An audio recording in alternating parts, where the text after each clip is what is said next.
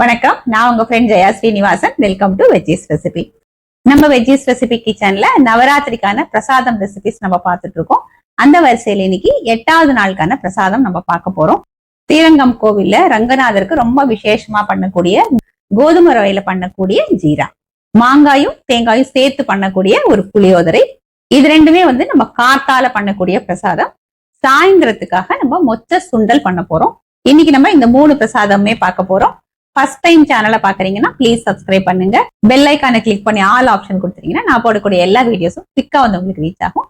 வாங்க, ஸ்ரீரங்கம் ஸ்பெஷல் ஜீரா, மாங்காயும் தேங்காயும் சேர்த்த புளியோதரை, மொச்சை சுண்டல் குவிக்கா எப்படி பண்றதுன்னு பார்க்கலாம். மாங்காய் புளியோதரை பண்றதுக்கு 1 கப்பு பச்சரிசி எடுத்துட்டு இருக்கேன். இது வெயிட்ல 150 கிராம் இருக்கு. நல்லா வாஷ் பண்ணிட்டு அரை மணி நேரம் ஊற வச்சுக்கணும். இதுல 1/4 டீஸ்பூன் மஞ்சள் பொடியும், 1/4 டீஸ்பூன் உப்பு, 1 டீஸ்பூன் எண்ணெயும் சேர்த்து நல்ல உதிரா சாதனமா பண்ணி எடுத்துக்கணும். மாங்காய் புளியோதரை பண்றதுக்கு ரொம்ப புளிப்பு இல்லாத ஒரு மாங்காய் எடுத்துட்டு இருக்கேன். இந்த தோல் சீவிட்டு கொஞ்சம் பெரிய ஹோல்ஸ் இருக்கும் இல்லையா, அந்த கிரேட்டர்ல நம்ம கிரேட் பண்ணி எடுத்துக்கணும். ஸ்டவ்ல ஒரு கடாய் வச்சிருக்கேன். 2 டேபிள் ஸ்பூன் நல்லெண்ணெய் சேர்த்துக்கலாம். எண்ணெய் சூடானதும் ஒரு 10 வெந்தயம், 7-8 மிளகு, வெந்தயம் மிளகு நல்லா பொரிஞ்சதும் 1 டீஸ்பூன் கடுகு, கடுகு வெடிச்சதும் 1/2 டேபிள் ஸ்பூன் உளுத்தம் பருப்பு, 1/2 டேபிள் ஸ்பூன் கடலை பருப்பு. பருப்பு நல்லா செவந்து வரட்டும். 1 இஞ்சி தோல் சீவிட்டு பொடியா கட் பண்ணிருக்கேன். 3 பச்சை மிளகாய் நீளமா கட் பண்ணி போட்டுக்கலாம். இஞ்சி பச்சை மிளகாயை நல்லா வதக்கி விட்டுப்போம். இதோட 2 காஞ்ச மிளகாய், 1/2 டீஸ்பூன் ஜீரகம், 1/4 டீஸ்பூன் பெருங்காயம், 2 டேபிள் ஸ்பூன் வறுத்த வேர்க்கடலை, கொஞ்சம் கருவேப்பிலை. இது எல்லாத்தையும் நல்லா வதக்கி விட்டுக்கலாம். 1/4 டீஸ்பூன் மஞ்சள் பொடி. நம்ம அரிசி எடுத்த அதே கப்ல பாதி கப்பு மாங்காய் துருவல். இதை போல கொஞ்சம் பெருசா நம்ம துருவி எடுத்துக்கணும். அதே அளவு தேங்காய் துருவல். எல்லாத்தையும் நல்லா வதக்கி விட்டுக்கலாம். மாங்காய் கொஞ்சம் நல்லா வதங்கட்டும். மாங்காய் பாருங்க நல்லா வதங்கியாச்சு. சாதமும் நல்லா சூடாரியாச்சு. நல்லா உதிரா வந்திருக்கு பாருங்க. சாதத்தை அந்த கடாயில சேர்த்துக்கலாம். கொஞ்சமா உப்பு சேர்த்துக்கலாம். நம்ம சாதம் பண்ணும்போது கொஞ்சம் உப்பு சேர்த்துருக்கோம். கொஞ்சம் மேல் உப்பு தேவைப்படும். ஸ்டவ் ஃப்ளேமை சிம்ல வச்சுட்டு நல்லா ஜென்ட்லா மிக்ஸ் பண்ணி கொடுத்துடலாம். நல்லா மிக்ஸ் பண்ணியாச்சு. இதுல கொஞ்சம் கொத்தமல்லி தூவிக்கலாம். மாங்காய் புளியோதரை ஃபர்ஸ்ட் கிளாஸா ரெடி ஆயாச்சு.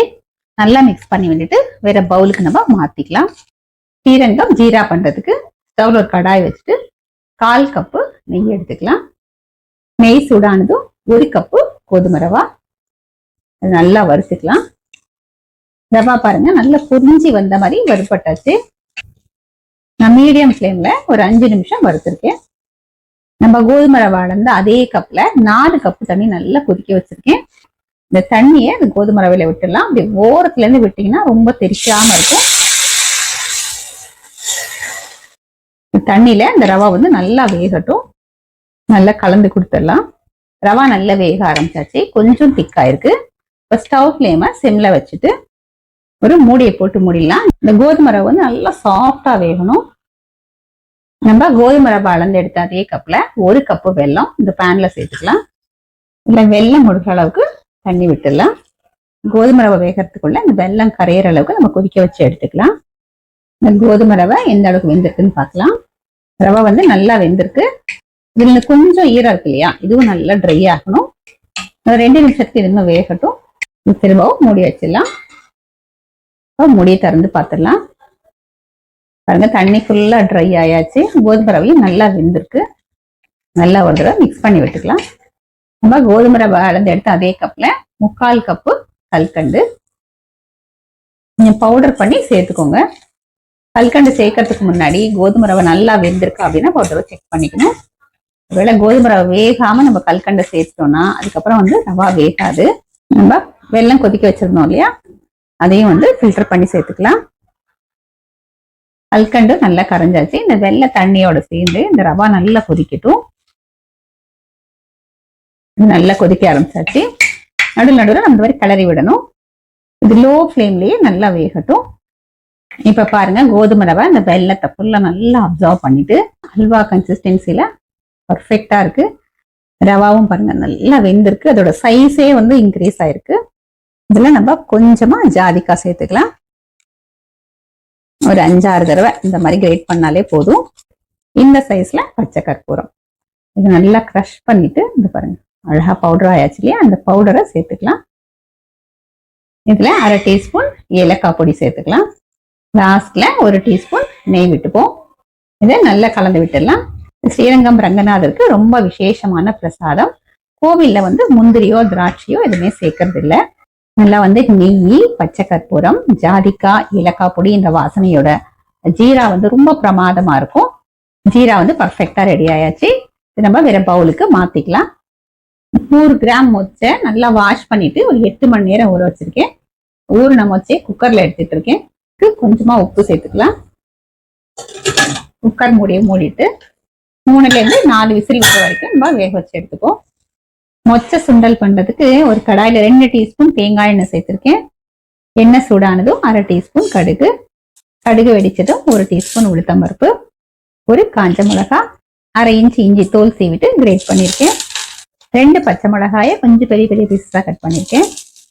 கொஞ்சம் கருவேப்பிலை, 1/4 டீஸ்பூன் பெருங்காயம், எல்லாத்தையும் சேர்த்து நல்லா வதக்கி விட்டுக்கலாம்.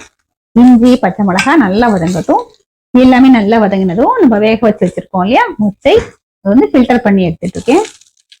1/8 டீஸ்பூன் மஞ்சள் பொடி சேர்த்துக்கலாம். கொஞ்சமா உப்பு, நம்ம ஆல்ரெடி வந்து மொச்சை வேக வைக்கும் போது உப்பு சேர்த்துருக்கோம். எல்லாத்தையும் நல்லா கலந்து விட்டுக்கலாம். 2 டேபிள் ஸ்பூன் தேங்காய் துருவல் சேர்த்துப்போம். இப்போ நல்லா மிக்ஸ் பண்ணி விட்டுக்கலாம். மொச்சை சுண்டல் பர்ஃபெக்டா ரெடி ஆயாச்சு. இது வேற பவுலுக்கு நம்ம மாத்திப்போம். ஸ்ரீரங்கம் ஸ்பெஷல் ஜீரா, மாங்காய் தேங்காய் போட்ட புளியோதரை, மொச்சை சுண்டல் நம்ம குவிக்கா ரெடி பண்ணிட்டோம். 3 பிரசாதமே ரொம்ப நல்லா அமைஞ்சிருக்கு. அம்பாளுக்கும் நைவேத்தியம் பண்ணியாச்சு. வாங்க நம்ம இப்ப ஜீரா எடுத்துக்கலாம்.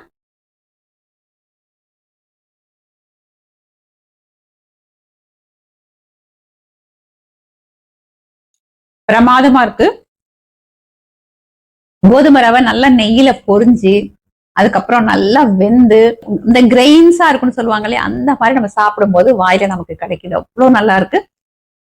நம்ம இதுல கல்கண்டும் சேர்த்திருக்கோம், வெல்லமும் சேர்த்திருக்கோம். அதனால ஸ்வீட் வந்து கொஞ்சம் தூக்கலா தான் இருக்கு. நம்ம இதுல சேர்த்திருக்கிற ஜாதிக்காய், பச்சை கற்பூரம் ரொம்ப கம்மியா சேர்த்தாலும் கூட இவ்வளவு நல்லா கோவில் பிரசாதம் மாதிரி நல்லா வாசனையா இருக்கு. இந்த பிரசாதம் வந்து கையிலயோ வாயிலையோ ஒட்டாம சாப்பிடுறதுக்கு ரொம்பவே நல்லா இருக்கு. கோவில்ல வந்து இந்த பிரசாதத்துல முந்திரியோ திராட்சையோ சேர்க்கறதுல, அதனால நானும் இன்னைக்கு சேர்க்கல. நீங்க வேணும்னா சேர்த்துக்கோங்க. அடுத்தது வந்து மாங்காய் தேங்காய் புளியோதரை.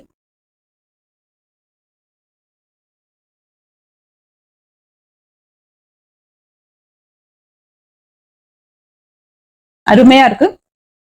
லேசான மாங்காய் புளிப்பு, நம்ம சேர்த்திருக்கிற இஞ்சி, காரம் வந்து பச்சை மிளகா காஞ்ச மிளகா ரெண்டுமே சேர்த்திருக்கோம். அதோட காரம், தேங்காயும் சேர்த்ததுனால ஒரு நல்ல பிளேவர், ஃபர்ஸ்ட் கிளாஸா இருக்கு. 1 கப்பு சாதம் அப்படின்னா பாதி மாங்காய் பாதி தேங்காய் சேர்த்து பண்ணும்போது ரொம்ப டேஸ்டா இருக்கும். நான் இன்னைக்கு வந்து வேர்க்கடலை சேர்த்திருக்கேன். நீங்க வேணா முந்திரி பருப்பு கூட சேர்த்துக்கலாம், அதுவும் ரொம்ப நல்லா இருக்கும். சாயங்கால பிரசாதமான மொச்சை சுண்டல்,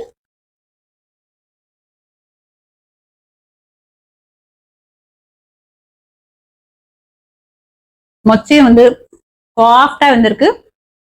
சாப்பிட்றதுக்கு நல்லா மெத்துன்னு ரொம்ப நல்லா இருக்கு. சிம்பிளா ஜஸ்ட் வேக வச்சுட்டு தாளிச்சு தேங்காய் தான் நம்ம போட்டிருக்கோம், இருந்தாலும் ரொம்ப டேஸ்டா இருக்கு. 3 பிரசாதமே ஃபர்ஸ்ட் கிளாஸா இருக்கு.